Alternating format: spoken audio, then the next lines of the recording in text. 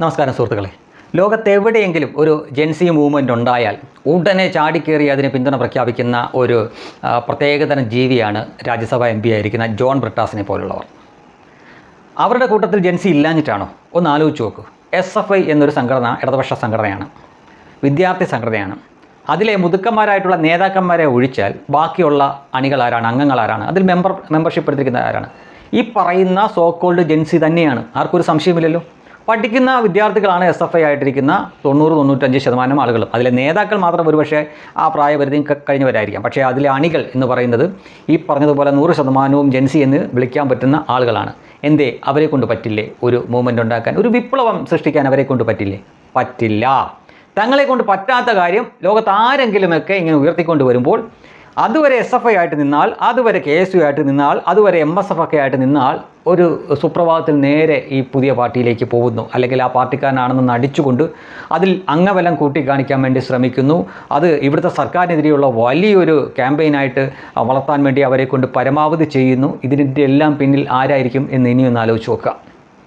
ഏതോ ഒരുത്തൻ ഒരു കോക്രോച്ച് ജനതാ പാർട്ടി എന്ന് പറഞ്ഞു ഒരു പാർട്ടി ഉണ്ടാക്കുന്നു. ദിവസങ്ങൾക്കുള്ളിൽ അത് കോടികൾ കടന്ന് മുന്നോട്ട് പോകുന്നു, അതിൻ്റെ ഫോളോവേഴ്സ്. അപ്പോൾ അതിലേക്ക് വന്ന് ചാടി നിൽക്കുന്നത് ഈ അരാഷ്ട്രീയവാദികളായിട്ടുള്ള ജെൻസികളാണോ, അല്ലെങ്കിൽ ആ ഒരു വിഭാഗമാണോ? അല്ല. കൃത്യമായ രാഷ്ട്രീയ ബോധമുള്ള ആളുകൾ തന്നെ അതിൻ്റെ പിന്നിലുണ്ട്. അതിൽ SFIക്കാരനുണ്ട്, KSUക്കാരനുണ്ട്, MSFകാരനുണ്ട്, അങ്ങനെ ഓരോ രാഷ്ട്രീയ പാർട്ടിയുടെയും വിദ്യാർത്ഥി സംഘടനകളിലെ ആളുകളുണ്ട്. എന്തേ അവർക്ക് പറ്റില്ലേ സ്വന്തമായിട്ട് ചെയ്യാൻ? പറ്റില്ല. അവരുടെ മുതിർന്നവർക്ക് പറ്റുന്നില്ല, പിന്നെയല്ലേ അവർക്ക് പറ്റുന്നത്. പിന്നെ ഒരു കാര്യം മനസ്സിലാക്കേണ്ടത് നേപ്പാൾ അല്ല ഇന്ത്യ എന്നതാണ്.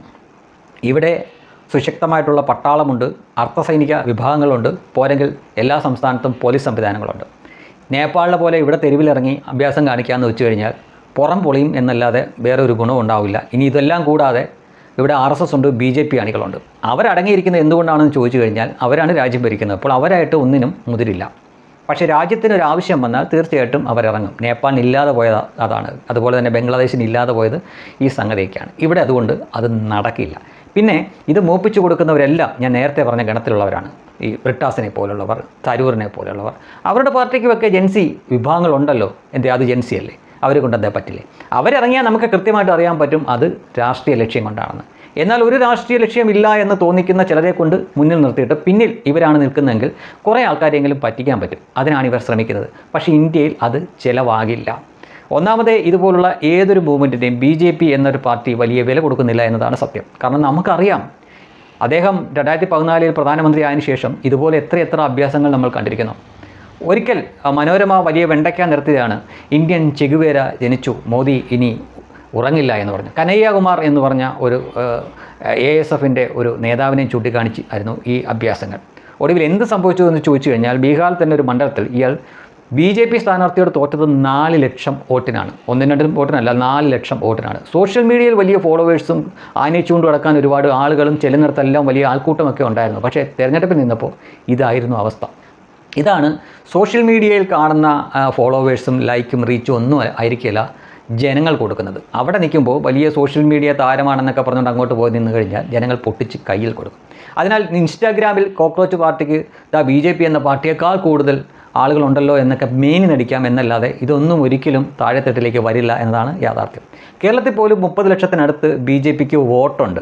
അപ്പോൾ കേരളം പോലെ വെറും 3 MLA മാത്രമുള്ള ഒരു സ്ഥലത്ത് പോലും ഇത്രയേറെ ആളുകൾ BJPക്കാരാണെങ്കിൽ ഇന്ത്യയിൽ മൊത്തം എത്ര കോടി BJPക്കാർ കാണുമെന്നൊന്ന് ചിന്തിച്ചു നോക്കുക. അപ്പോൾ അതിൻ്റെ ഒരു 10% ആളുകൾ പോലും ഈ BJP എന്ന പാർട്ടിയുടെ official page, social media page like ചെയ്യണമെന്നില്ല, അത് ഫോളോ ചെയ്യണമെന്നില്ല. അവരവരുടെ ഇഷ്ടം കാണിക്കുന്നത് വോട്ടിൽ തിരഞ്ഞെടുപ്പ് വരുമ്പോൾ നിൽക്കുന്ന സ്ഥാനാർത്ഥിക്ക് വോട്ട് ചെയ്തുകൊണ്ടാണ്. അല്ലാതെ അവർ കുത്തിയിരുന്നത് സോഷ്യൽ മീഡിയയിൽ പോയി ലൈക്ക് ചെയ്യുകയോ ഫോളോ ചെയ്തുകൊണ്ടല്ല.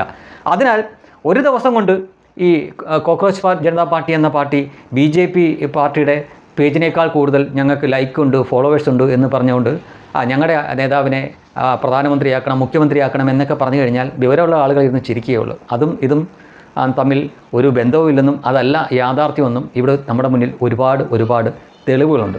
ചന്ദ്രശേഖർ ആസാദ് അഥവാ രാവൺ എന്ന് പേരിട്ട ഒരു ദളിത് നേതാവിനെയും കൊണ്ട് കുറേ നാൾ നടന്നു. എന്തായി അവസ്ഥ? ഹാർദിക് പട്ടേൽ എന്ന് പറഞ്ഞുകൊണ്ട് ഒരു നേതാവിനെയും കൊണ്ട് കിടന്നു. എന്തായി അവസ്ഥ? അതിനൊക്കെ മുമ്പ് കെജ്രിവാൾ എന്ന് പറഞ്ഞ ഒരാളെ കൊണ്ട് കിടന്നു. ഇപ്പോൾ കെജ്രിവാൾ പോലും അധികാരത്തിലില്ല, അയാൾക്കാണെങ്കിൽ അധികാരവും നഷ്ടപ്പെട്ട് നിൽക്കുകയാണ്. പിന്നെ ഇത്തരം മൂവ്മെൻറ്റ് കൊണ്ടും ഈ പറയുന്ന ജെൻസി അല്ലെങ്കിൽ ഒരു പടി കൂടി കയറ്റി പറഞ്ഞു കഴിഞ്ഞാൽ യുവാക്കളുടെ ഈ പ്രതിഷേധങ്ങൾ കൊണ്ടും അവരുണ്ടാക്കുന്ന കൂട്ടായ്മകൾ കൊണ്ടും ഒരിക്കലും BJP എന്ന പാർട്ടിക്ക് ഒരു നഷ്ടവും ഉണ്ടായിട്ടില്ല. നഷ്ടം വന്നതൊക്കെ കോൺഗ്രസിനും മറ്റു പാർട്ടികൾക്കുമാണ്. ഇപ്പോൾ ഇങ്ങനെ ഉണ്ടാകുന്ന ഒരു ക്യാമ്പയിൻ അല്ലെങ്കിൽ ഒരു മൂവ്മെൻറ്റ് അത് നേട്ടമാക്കാൻ കോൺഗ്രസിനോ കമ്മ്യൂണിസ്റ്റ് പാർട്ടിക്കോ മറ്റ് ഇവിടെയുള്ള സാമ്പ്രദായിക പാർട്ടികൾക്കൊന്നും പറ്റിയിട്ടില്ല. അത് നേട്ടമാക്കിയത് എപ്പോഴും BJP തന്നെയാണ്. കോൺഗ്രസ് ഭരണമുണ്ടായിരുന്ന ഡൽഹി കോൺഗ്രസിൻ്റെ ഭരണം പോയി കുറച്ചു കാലം അവിടെ ആം ആദ്മി പാർട്ടിയുടെ കേജ്രിവാൾ ഭരിച്ചു. ഇപ്പോൾ എന്താണ് സംഭവം? അവിടെ BJP ഭരിക്കുന്നു. ഇതേപോലെ തന്നെയാണ് പഞ്ചാബ് എന്ന് പറഞ്ഞ സ്ഥലത്ത് കുറേ കാലമായിട്ട് കോൺഗ്രസ്സാണ് ഭരിച്ചുകൊണ്ടിരിക്കുന്നത്.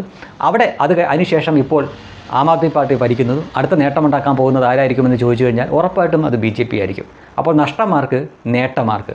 അപ്പോൾ തന്നെ അറിയാം, ഇതുപോലുള്ള രാഷ്ട്രവാദികളെയൊക്കെ മുന്നിൽ നിർത്തിക്കൊണ്ട് ഈ അഭ്യാസമൊക്കെ കാണിച്ചാൽ സ്വന്തം ശവക്കുഴി തോണ്ടുന്നതിന് തുല്യമാണ് എന്ന് ഇനിയെങ്കിലും കോൺഗ്രസും കമ്മ്യൂണിസ്റ്റ് പാർട്ടികളും മനസ്സിലാക്കിയാൽ നന്ന്. ജെൻസി എന്ന് പറഞ്ഞ ഒരു പ്രത്യേക വിഭാഗം ആകാശത്തുനിന്ന് നൂലിക്കെട്ടി ഇറക്കിയതൊന്നുമല്ല. എല്ലാ രാഷ്ട്രീയ പാർട്ടികളിലും ഇവരുണ്ട്. ഈ ജെൻസി എന്ന് പറഞ്ഞ പ്രായപരിധിയിലുള്ള ആളുകളുണ്ട്. അപ്പോൾ SFIയിലുള്ള ജെൻസിക്ക് പറ്റാത്ത കാര്യം, KSUവിലുള്ള ജെൻസിക്ക് പറ്റാത്ത കാര്യം, MSFയിലുള്ളൊരു ജെൻസിക്ക് പറ്റാത്ത കാര്യം ഏതോ ഒരു രാജ്യത്ത് ഇരുന്നു കൊണ്ട് ഒരുത്തൻ ഇവിടെ നടത്തിക്കളയും എന്നാണ് നിങ്ങളൊക്കെ വിചാരിക്കുന്നതെങ്കിൽ നിങ്ങൾക്ക് നല്ല നമസ്കാരം. അത്രേ പറയാനുള്ളൂ.